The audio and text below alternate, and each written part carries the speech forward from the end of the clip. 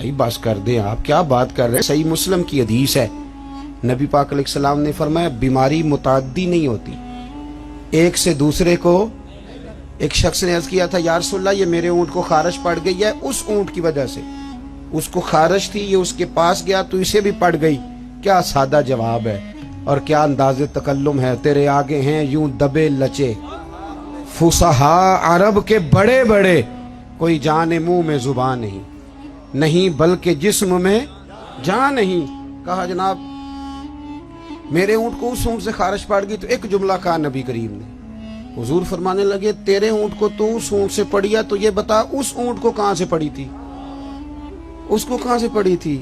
اور اس کرنے لگی حضور وہ تو قدرتی معاملہ ہے. فرمایا یہ بھی قدرتی معاملہ ہے. تو فرمایا وہ بھی قدرتی ہے. اعلیٰ حضرت جلدی نہیں مانتے تھے. آپ کے سارے سائنسدان کہتے ہیں زمین گھومتی ہے, اور ہمارے بچوں کا تو بیچاروں کا دماغ گھومنے لگا جب سے یہ پڑھنے لگ گئے.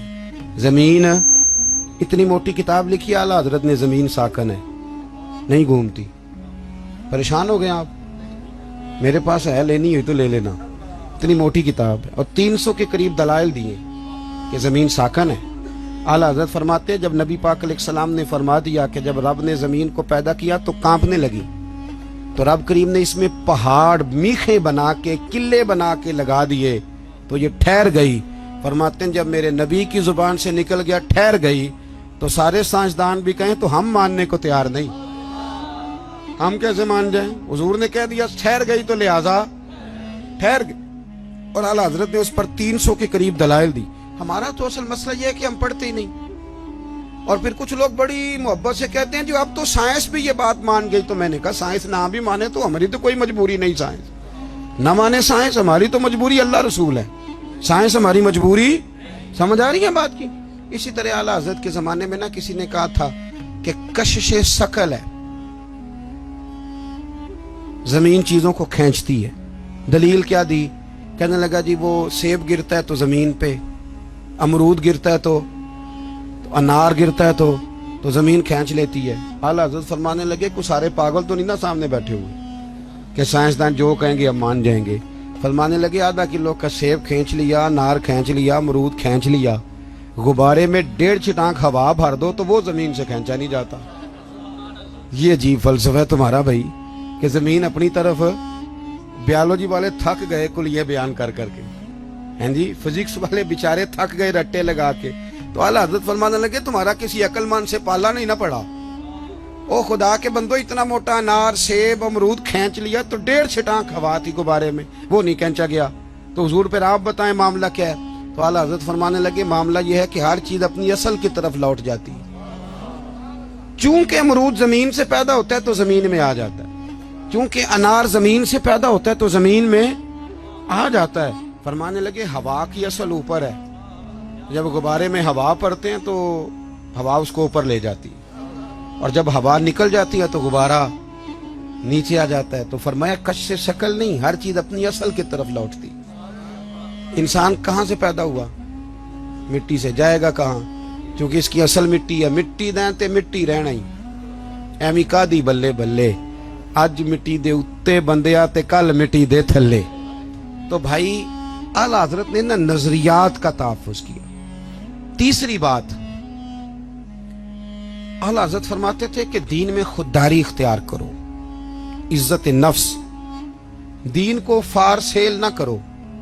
آ گیا میلاد شریف, اب اللہ خیر کرے تلاوتیں بکیں گی, معاذ نعتیں بکیں گی, تقریروں کے ریٹ طے ہوں گے, اور لینے والے اتنے مجرم نہیں جتنے دینے والے مجرم. ناراض ہو گئے ہو جاؤ, کوئی بات نہیں, ہو جاؤ, پر ناراض ہو کے بعد آ جانا. کیوں ریٹ لگاتے ہو ان چیزوں؟ اعلیٰ حضرت فرماتے ہیں. اور پھر میرے اسٹیج پہ نا جو سب سے سبحان اللہ کہلوارا ہوتا ہے نا, وہ خود کبھی بھی نہیں کہتا, انہیں دوجیاں تے فرض کیتی ہے. اور پھر کہتے ہیں جس کا ایمان پکا ہے نا وہ ہاتھ کھڑے کر لے. تو میں کہ جنہیں تازہ بائی پاس کرایا بیچارے نے, وہ تو فوت ہو جائے گا ہاتھ کھڑے کرے گا. تو یہ ایمان اب ہاتھ کھڑے کرنے پہ رہ گیا. اونچا سبحان اللہ کہو مجھے مزہ نہیں آیا, تجھے مزہ آئے گا تو ہمیں ثواب نہیں ہوگا. سبحان اللہ اس وقت کہیں گے جب اللہ کو راضی کرنے کی نیت ہو. عجیب فلسفہ ہے, عجیب رٹا ہے. اور 25-25 ہزار روپیہ لے کے آتے ہیں تو جو غریب بیچارے اسٹیج کے سامنے بیٹھے ہوتے ہیں انہیں بے عزت کر کے چلے جاتے ہیں. میں نے تو ایک سے کہہ دیا تھا ایک دفعہ, میں کہ تو پیسے لینے مفت آئے نہیں سارے جنہیں آئے, مہربانی کریں ذرا. اعلیٰ حضرت نے خودداری سکھائی, عزت نفس, کوئی کھا نہیں جاتا. آپ اگر سر اٹھا کے جینا چاہتے ہیں تو پھر ہاتھ پھیلانا چھوڑ دیں.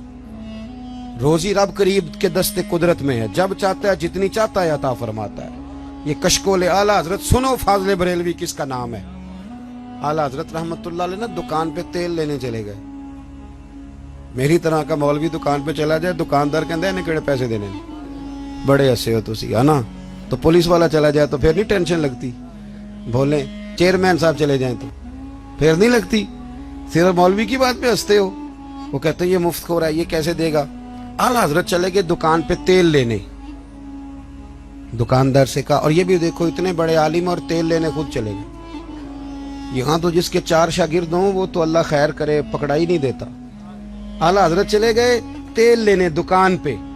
اسے کہا سرسوں کے تیل کی بھر دو بوتل. اس نے بھر دی. فرمایا کتنے پیسے.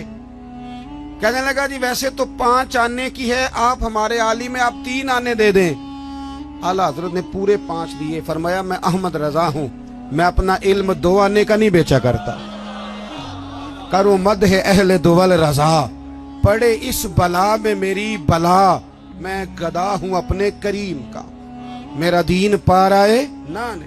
فرمایا رکھ تو, مجھے نہیں چاہیے. خودداری سکھائی. اعلیٰ حضرت نے تقوی سکھایا. کیونکہ میں نے کہا تھا باتیں زیادہ نہیں کرنی, سمیٹنے کی طرف آ رہا ہوں.